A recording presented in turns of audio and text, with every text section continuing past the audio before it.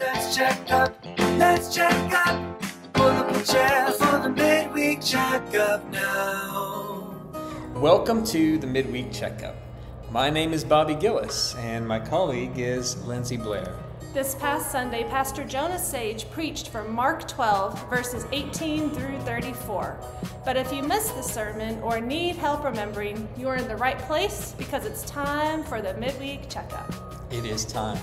Jonah began by noting that the Sadducees were deliberately twisting an Old Testament law called a Levirate marriage in order to trap Jesus. They came up with a crazy scenario where a woman survives 7 husbands and then dies.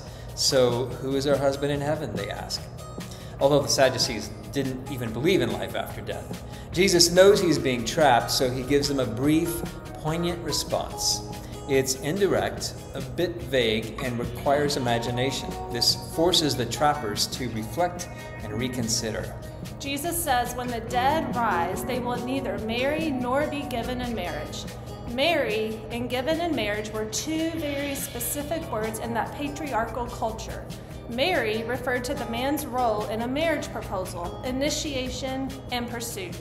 Given in marriage referred to the woman's role, receiving and responding. Gendered words for a specific role, and Jesus says that thing won't happen. He doesn't say there will be no marriage, just not that kind.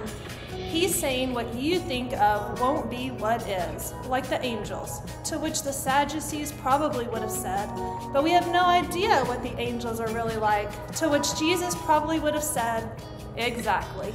The point Jesus is making here is that what's coming is beyond what you can imagine. One teacher of the law was listening to all this and liked Jesus' answer, so he asked him what the greatest commandment of God is. And Jesus said, love the Lord your God with all your heart, your soul, your mind, your strength, and love your neighbor as yourself. A sincere, curious, genuine question comes, and Jesus gives him a plain, frank, direct answer. What do we do? Love God and love people. When someone is trapping you, it's not an act of love. It's an act of violence of some sort. It's not loving to engage in that. So, like Jesus, don't. What's most important in this life? Love God and each other. How will the world know that we are Jesus' disciples? Love. What if we prayed for the people the world tells us to hate?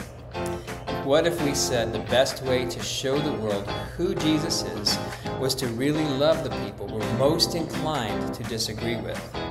What is coming for us at the resurrection of the dead is beyond our ability to understand, but it's coming. And so we prepare by receiving Jesus' invitation to become a people of love. Amen. This Sunday, we will continue our series, Journey into the Night from the Gospel of Mark. And in Bible Fellowship, we'll finish our discussion of the first epistle of John. Join us and bring a friend.